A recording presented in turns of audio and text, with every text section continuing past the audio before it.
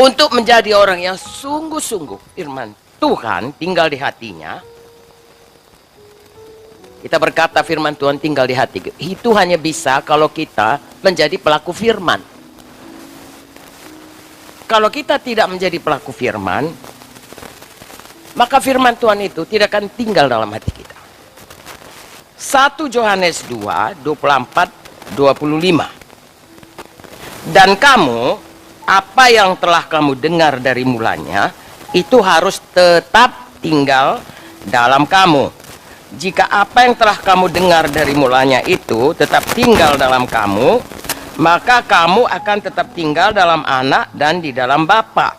Dan inilah janji yang telah dijanjikannya sendiri kepada kita, yaitu hidup yang kekal. Jadi kalau firman tinggal dalam kita, Zoe tinggal dalam kita, Bapa dan Anak tinggal dalam kita. Tetapi firman Tuhan tinggal dalam kita, Zoe tinggal dalam kita, harus dibuktikan. Ya, kita mengasihi Zoe, kita mau menyenangkan Zoe, kita mau bertumbuh dalam Zoe, harus dibuktikan dengan kepatuhan. Jadi kalau kita mengasihi Tuhan, kita patuh kepada firman-Nya, disitulah kita melekat kepada Tuhan. Tuhan ada dalam kita, kita ada dalam Tuhan. Tidak cukup hanya kita tahu firman Tuhan, percaya firman Tuhan, tapi tidak menjadi pelaku firman, itu tidak menyebabkan kita tinggal, ya, atau firman Tuhan itu tinggal dalam kita. Satu waktu, nanti kita baca dalam buku Yakobus, kita bisa lupa itu firman Tuhan itu kalau kita tidak lakukan. Sebelahnya Yohanes 15 ayat 10. Jikalau kamu menuruti perintahku, kamu akan tinggal di dalam kasihku, seperti aku menuruti perintah Bapakku dan tinggal dalam kasihnya. Jadi kalau kita memang mengasihi Tuhan dan mau Zoe tinggal dalam kita, mari hidup seperti Yesus. Yesus dia patuh kepada Bapaknya, makanya kita juga harus patuh kepada Tuhan Yesus. Ayat 12, inilah perintahku supaya kamu saling mengasihi seperti aku telah mengasihi kamu. Perintahnya, perintah Tuhan Yesus kalau disimpulkan semuanya adalah perintah untuk mengasihi. Jadi dalam hal ini semua kita harus selalu berjalan dalam kasih. Apapun firman Tuhan yang tinggal dalam kita, hasilnya kita akan berjalan dalam kasih. Karena Tuhan itu adalah kasih adanya. Mematuhi firman Tuhan akan berarti kita tetap tinggal dalam firman Tuhan. Banyak anak Tuhan yang tahu firman Tuhan, tapi tidak menjadi pelaku firman. Banyak. Nah saudaraku, tidak semua kita begitu. Tapi yang saya mau sampaikan kepada saudara, kalau kita sudah lahir baru, kalau ada Zoe, Tuhan memberi kepada kita hati yang baru. Yehezkiel 11 dan 36 berkata, bahwasanya Tuhan berikan hati baru, hati yang lembut, tidak hati keras, supaya kita bisa mematuhi firman, tidak melawan kepada firman. Biarlah kita menyerah kepada Zoe.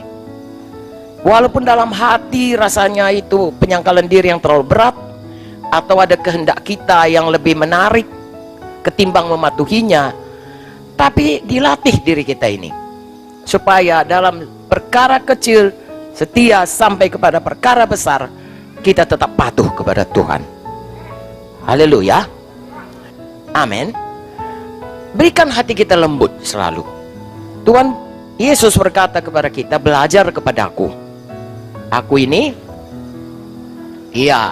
lembut hati, lemah lembut dan rendah hati. Pakailah hidup Tuhan itu dalam hidup kita. Kalau kita mendengar firman, lembutkan hati ini, karena ada Roh Kudus yang mengubahkan hati kita menjadi hati yang lembut. Ya, saya baca aja Yehezkiel ya. Yehezkiel 11 dan Yehezkiel 36. Kamu akan kuberikan hati yang baru dan roh yang baru di dalam batinmu, dan aku akan menjauhkan dari tubuhmu hati yang keras, dan kuberikan kepadamu hati yang taat. Rohku akan kuberikan diam di dalam batinmu, dan aku akan membuat kamu hidup menurut segala ketetapanku, dan tetap berpegang pada peraturan-peraturanku dan melakukannya. Ini nubuatan untuk akhir zaman ini, di mana Roh Kudus dicurahkan pada semua anak Tuhan. Ya, Jessica 11 ayat 19. Dan aku akan memberikan mereka hati yang lain dan roh yang baru dalam batin mereka. Juga aku akan menjauhkan dari tubuh mereka hati yang keras dan memberikan mereka hati yang taat, supaya mereka hidup menurut segala ketetapanku dan peraturan-peraturanku dengan setia. Maka mereka akan menjadi umatku dan aku akan menjadi Allah mereka. Jadi ada Roh Kudus yang menolong kita dan mengajak kita dan mendorong kita untuk mematuhi selalu firman Tuhan. Seberapa seperti tadi ya, kita lihat, kita dengar firman Tuhan, kemudian kita mengerti seperti orang melihat dalam cermin. Oh, begini rupanya aku selama ini kurang berdoa misalnya ya. Lalu kemudian dia lupakan itu, dia tidak lakukan, maka dia lupa dan tidak ada perubahan apapun. Tetapi kalau sesudah itu dia menjadi pelaku firman, dia mulai berdoa, konsisten mulai berdoa, maka dia akan berbahagia. Kalau kita kurang berbahagia, saudaraku, coba cek, mungkin ada hal-hal yang seharusnya kita lakukan, tidak kita lakukan. Banyak dalam Alkitab dikatakan berbahagialah begini, berbahagialah. Ya, salah satu, saudaraku, kalau kita menjadi pelaku firman, kita akan berbahagia. Ya, Matius 5 penuh dengan kata bahagia. Bahagia begini, kalau kita tidak melakukannya, mungkin kita juga tidak akan berbahagia. Tapi kalau kita melakukan firman, jaminan dari Tuhan, kita berbahagia.